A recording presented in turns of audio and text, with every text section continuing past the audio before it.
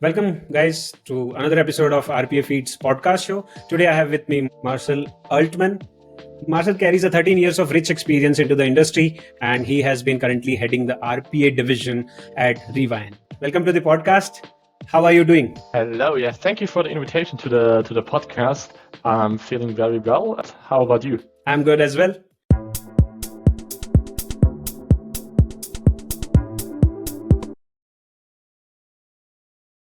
So, Marcel, why don't you introduce yourself to the audience? Yeah, hello everybody. I'm Marcel from Germany. I'm working currently at the manager of automation for Rewion, and our vision is to bring automation to the business and help them to grow up and scale their automation opportunities inside the company. Awesome. So, would you like to say hi or something hello in German? Hallo, mein Name ist Marcel und ich freue mich mit Automatisierung und Digitalisierung. What was that? It was, hello, my name is Marcel. I love to inspire with digitization and automation. Cool. How did you get started into RPA and automation space? What was your journey? My journey was after normal. I studying at a university, focusing on consulting and business administration.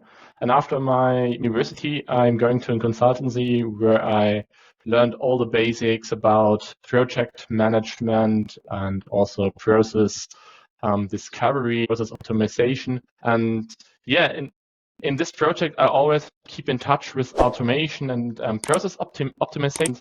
Yeah, after some times, I started with the first automation and automation workflows. And after that, it was not far away from RPA. And then I started as a developer or something else. I get in touch with the RPA, and yeah, then I get all the experience from the basics, and later I joined to Rewion, and yeah, now I'm leading this unit inside in our company. Oh, that's cool. Can you share your experience, like how easy it was or how hard it was for you to get started into this space?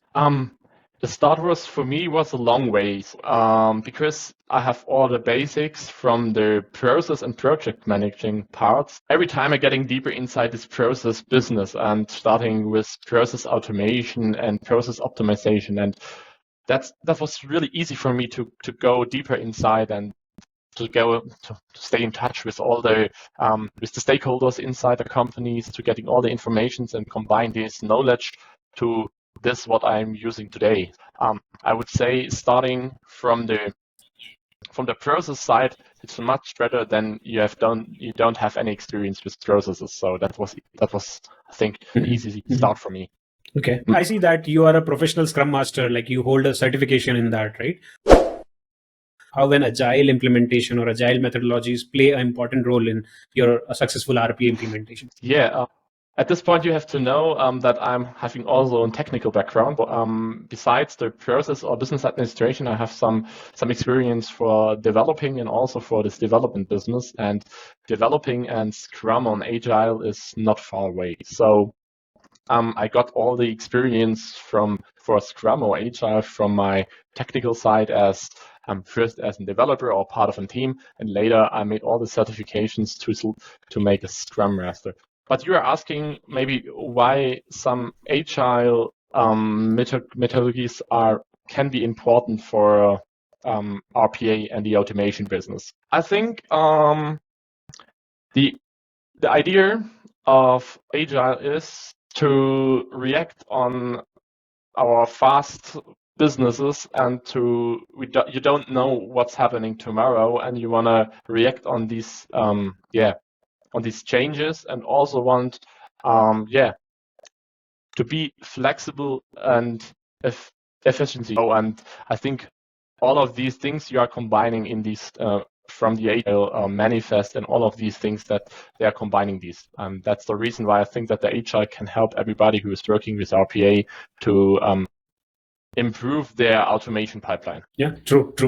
And specifically, like, we don't want to fall on the old methods of working, like where we implement a solution, we take long weeks to implement to see a outcome, right? It's basically in a small sprints you do, and you just get the demo done and rectify your, like, whatever you're lagging. So yeah, I would say an important thing in the RPA business or an automation business, if you are starting at the beginning on every time, is that you don't want to talk a lot about what you can do. You want to do it, and you have to. You need some techniques to bring working processes to the business, and they don't have to be completely finished. But you want to make some MVPs and want to start fast and bring the value to the business. And I think if you think about some artifacts outside in Agile or especially in Scrum, you have the definition of done, definition of ready, and all of these, and the backlogs and the priority. And I think all of these artifacts can help you at the end to bring processes faster to the business. That's the reason why I think it's very important. That's correct. I also see that you are Automation Anywhere's partner sales professional, right? Could you please share your experience working with AA, how their platform contributes to RPA and automation success? Yeah, I can give you a short introduction in this, because you have to know, Rewion, we always want to be the trusted advisor for automation. So we don't have one special platform. What's the perfect platform? We are always looking what's the perfect platform for our customers and what's matching perfectly. So one of these are Automation Anywhere, and Automation Anywhere is one of the RPA platforms. And yeah, I have done this certification because I have to know what's inside this platform and to compare it in a transparent way to all the other technologies on the market. And that's the reason why it's important to do this and learn a lot about Automation Anywhere and their platform. Okay, fair enough. So, like, whenever someone starts their journey or at an organization level into building the automation, doing a process automation, there are some challenges, right? In your experience, what are some of the most common challenges that organizations face while implementing automation? There are a lot of various challenges you can have if you are starting with automation. But if you're at the beginning of your automation journey, it's very important that you understand what automation is, and you create a first vision of this, and you create MVPs. So you have to, if you are starting and you don't find the right process, or you don't find the process that you can show, the platform or the automation is working, then you cannot celebrate at the end something. And at the end of this POC or by starting, you have to celebrate it and have to. You should laugh and you should say, that was great. We want to do more. And then it's also important that you don't think about only one process. So you have to think about what are the next steps, because it's always a bad idea to start with one process and do this for 1 year. If you don't think about what we can do in this year, and to find every time I find new processes, you cannot get any return on investment, because if you have one process on a platform, the costs for the platform much too high. But what you need is a roadmap and an idea of what you want to do in the future, and also think about some crazy things. How you can integrate artificial intelligence, how you can integrate document automation, all of these things. We want to make this click things. That's one of the things what I say you should have a vision, an idea of what you want to do with automation. Okay. You said that you are currently working from Germany. How is the market there in Germany with respect to this automation, AI, and RPA space? Yeah, Germany is a special market for this. We have a lot of restrictions and a lot of privacy regulations in the markets. It's not difficult to place artificial intelligence into the market, but sometimes the customers don't know how they can implement it, and they are a little bit afraid of all the challenges. And that's especially all of the AI technologies are happening in the cloud, and sometimes they a little bit afraid of the cloud, and they don't know how they can handle these.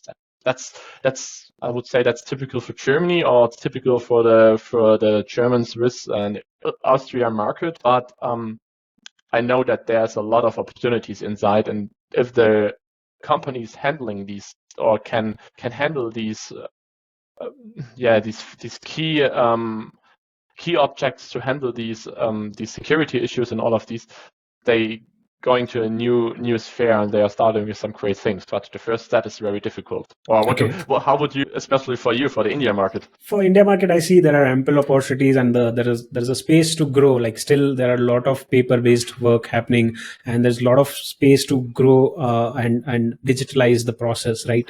So yeah, that's how I see it. Okay, yeah, sounds great. Yeah. So when we see, right, RPA or automation, or rather people call it now hyperautomation, combining multiple tech stack, right? It's not just only automating a process, but getting the value by doing end-to-end automation wherever possible. So this is considered automation or a digital transformation in an organization is considered as a strategic investment, right? How do you approach on measuring ROI for these kind of initiatives? Yeah, I think it's sometimes or always it's the same. What are the measures for the automation or for the RPA? At the end, we have the time savings. That's one thing what's important for the companies, and also the cost saving. I would say that some hard facts, the costs, you can reduce costs and you can save time. But there you have also a lot of KPIs around you can also use, especially the satisfaction inside the process. How are the users or the stakeholders of the process, how are the satisfaction of these, and also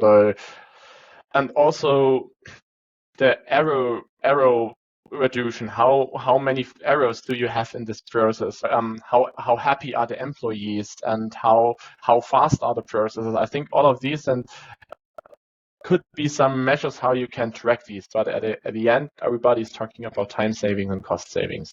And some quality things also. Yeah, those are the keys. Yeah, definitely. At your organization, right, while you get an opportunity, and how do you approach, like which platform is best suited, and like kind of a tech stack, how do you evaluate? You mean how you can compare different competitors on the market, or on our platform? Yeah. At the end, the RPA or the automation platform should work with your systems. If you are talking about legacy automation, about a classical RPA, the RPA software should be able to interact and work with your legacy systems. It's very important.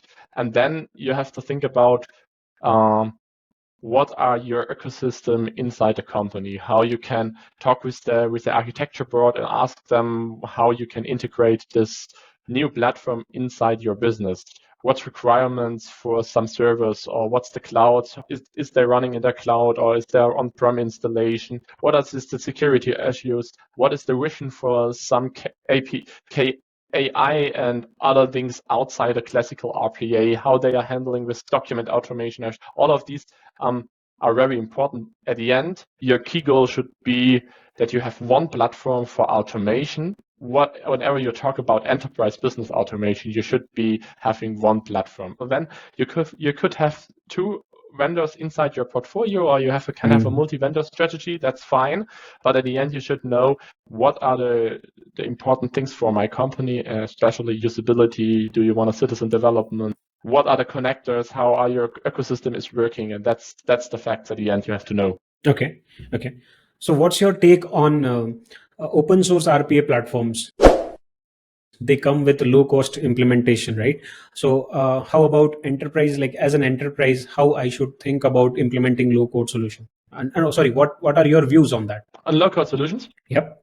Like there are open source RPA platforms out there, right? Available out there. So what are your views on them as compared to the enterprise RPA platforms or enterprise automation platforms? That's a good question. It's a question who have not, you don't can say open source is better than their enterprise companies, or the others is not so good. At the end, and that's what I have learned from the project in the past, is that the enterprise companies are able to give their questions to the enterprise businesses, because they have all the certificates, they have all the requirements that you can run an application inside a company. The open source only sometimes they don't have, or they don't handle with bigger or scaled companies, because they have the price maybe are lower or open source, you can use it.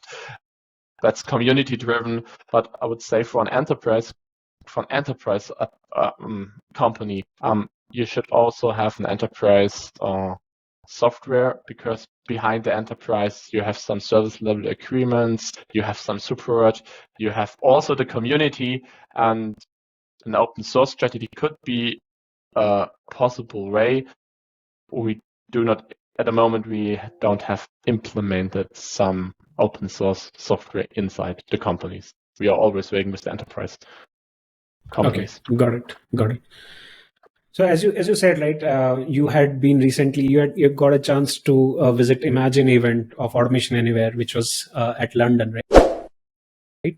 So could you please share some insights from that event to the audience? Yeah, of course. The London Imagine from Automation Anywhere was a great event. So we got a lot of insights directly from the product owners and all of these the Automation Anywhere stuff, how they are leading the automation and AI market in the future. What are the upcoming products, or how they want to handle it and how they want to integrate it inside the platform, and what are the great opportunities and vision you can create if you are talking about automation and artificial intelligence. AI is it's not something like a product or something you can place there. It's an idea. You need a platform, and then on this platform you can create some great ideas and some great vision how you can work. And these ideas they gave us, they showed us a lot of what is upcoming in the next month, and give them some previews and give them some great use cases.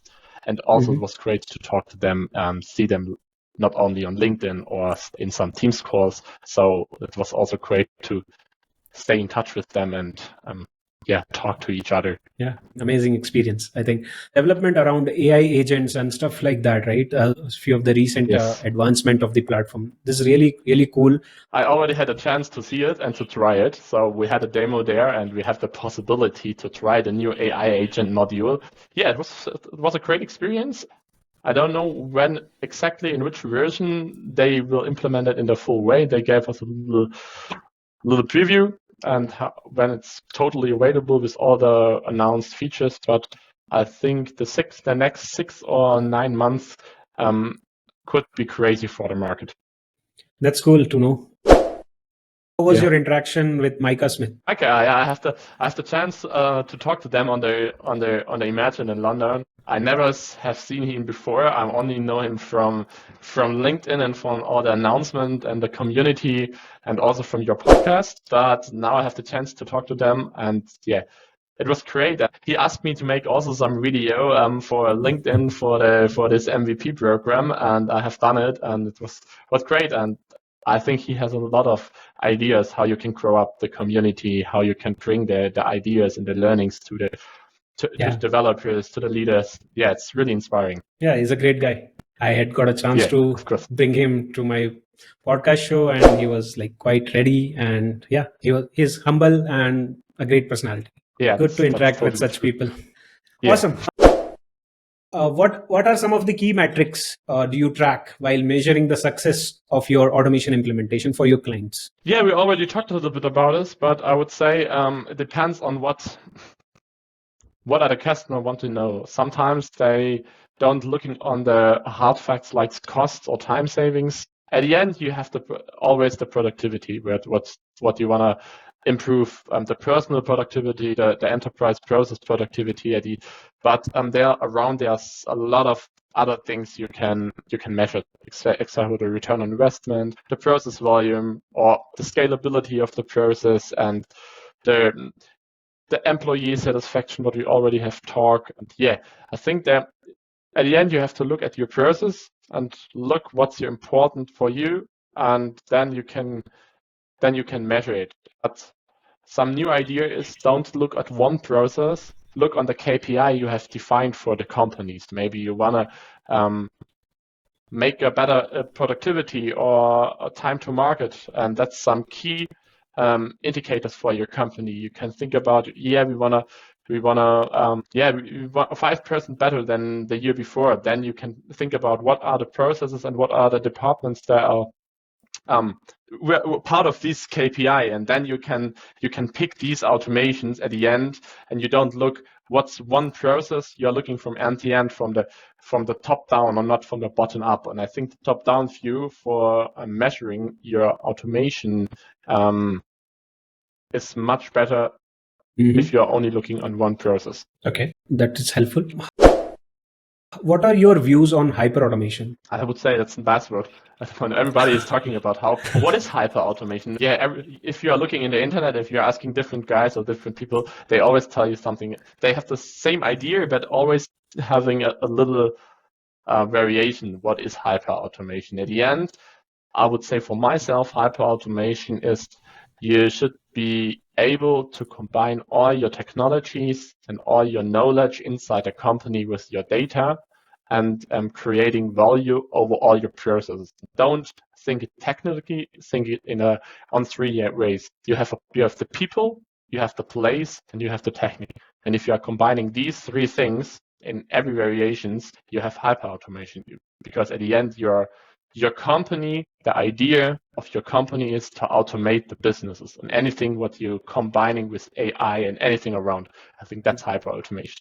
Yeah, totally agree. Next question I would have for you is like, now with your experience into the space, right? How do you see the future of automation in the next few years, let's say 5 to 10 years down the line? That's a good question, because we don't know what's happening in the AI in the next years. But I would say all the companies have to handle these, because everything what we are doing in the company, or every job what we are doing, could be automated in the next years, because summarizing some documents, getting information from documents, all what you could do with artificial intelligence is part of our processes. And at the end, if an AI could solve these problems, on the other side, we have a lot of employees and a lot of people. They are on the market, and we have to create an idea how the future work is doing, how the employees are working together with all of these automations, how we can integrate the employees in the processes, how we can use automation and AI as a digital assistant, as a digital employee in our company, and creating this human in a loop concept, integrate it and use it. And I think a lot of the processes in the future will be automated, and all of the base stuff will be handled by an AI.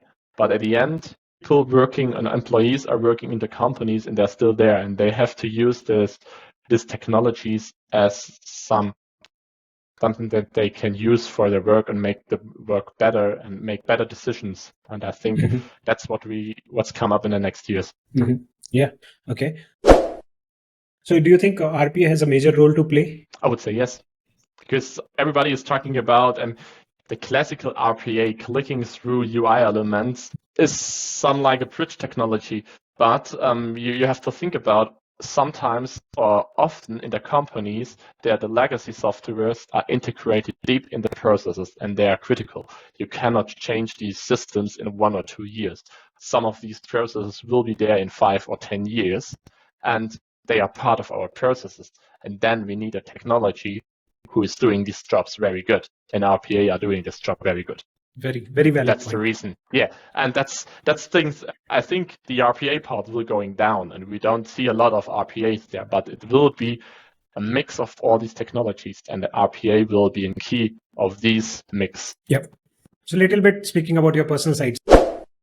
So when Marcel is not working, what exactly we can find you doing outside of your work?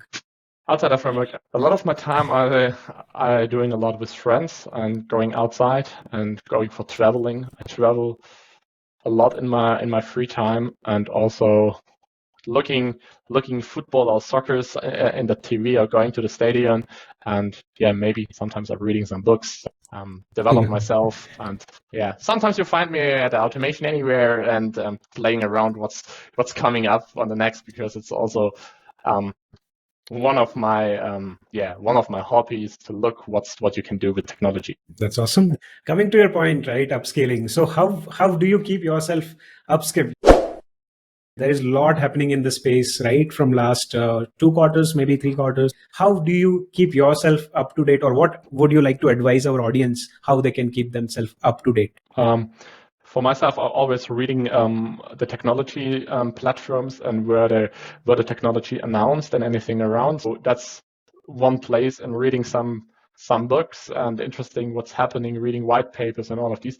But on the other side, I have a great community around me. My colleagues are also know a lot of in their topic. So especially a colleague he's an expert for AI, and another he's an expert for the cloud, and all of these things.